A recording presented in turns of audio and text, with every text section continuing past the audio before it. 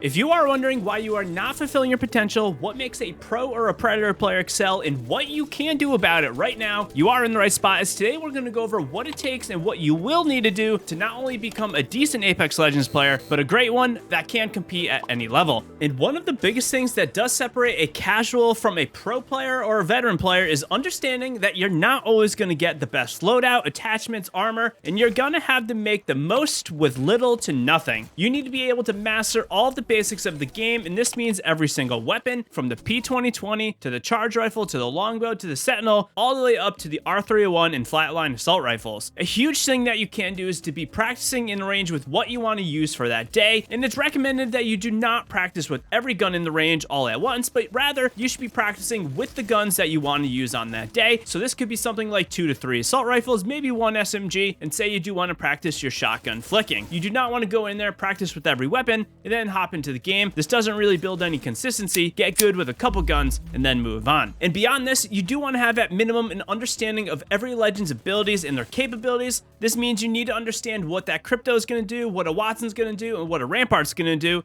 And I mention these legends because these are the less picked legends, and these are legends that you will not encounter too often, but when you do encounter them, you need to know what to do so you can be better prepared for every situation that comes your way. If you do not have every legend unlocked, have no fear. You can check out this video on screen for you, and this will give you a quick breakdown of every legend and their capabilities. But making the most with nothing is just the beginning. You still need to have a deep knowledge of the game, and when you are starting out, this is a tough thing to master. But if there's one area you should be looking at, it's going to be understanding the end game and understanding how the end game is going to function. Knowledge of how the end game works is the key to either coming in second or winning the game. You can play for second in Apex, and oftentimes many players are going to be doing this. This means you could be taking a spot of safety, foregoing the winning position for slightly a better guarantee of higher placement. But if you do want to get first and not just play for second or third, you're gonna have to take some chances. The biggest way to improve your endgame performance is understanding ring locations and rotations. This is a tough thing to do because, again, it comes a lot with in-game experience, but the more you play, the more you will understand and be able to predict the final ring locations. Even in the games that might not seem like a big deal, it is absolutely critical for a newer player to just be observing where the first ring and even the second ring is going to be going. Knowing these two first rings is critical to understanding where the end game is going to be happening, and if you do know where these are going to be going,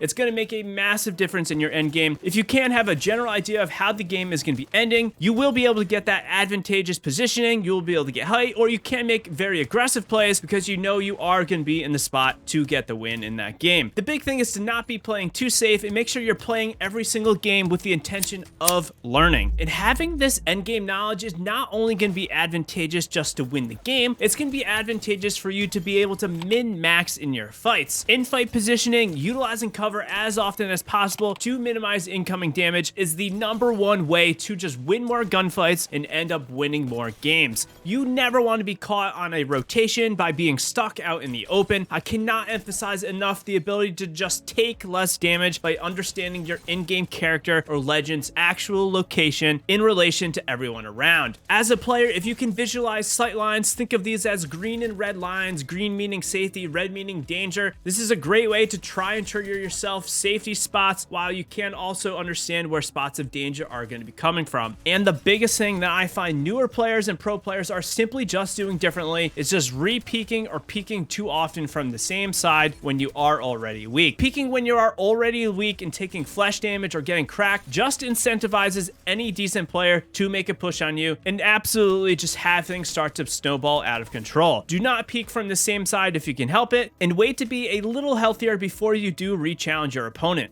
And another way that you can be sure you are minimizing the damage incoming and maximizing the damage outgoing is just by taking action. You want to be making calls, making decisive and confident decisions. Even if it's the wrong call, making any decision is infinitely better than making no decision. No decision making means you are losing out on opportunities and, more importantly, experience to learn from your mistakes or your successes. While you can sit back and analyze the situation endlessly, if you are not making any decision, you truly are not going to actually be improving at the game. Much like your endgame knowledge, you need to actually be learning from every single fight and every single loss. Don't just re-queue without thinking about it, and if you can, talk it over with your squad. Pro players do this all the time after they do lose engagements. They figured out what went wrong and what they could have done better so they can come out on top next time. And in line with this, a thing that pro players are doing all the time and us casuals are simply just not doing enough of is capitalizing on your opportunities. In Apex Legends, and especially in Ranked, you need to be making the most of every single opportunity that comes your way, and you need to be capitalizing on it. Opportunities in Apex Legends do not come often, but when they do come, they can come and go in a split second. The faster you can take advantage of your opportunity, this means the better off you will be, as you can prepare for that third party to come in and try to fight you. A critical thing you can be doing is to build rapport with your teammates. Play with the same teammates over and over if you can. And if you want some teammates, hop into our community Discord. We would love to have you. And if you are still struggling with dying in Apex Legends, check out this video on screen for you. And as always, happy gaming, Legends.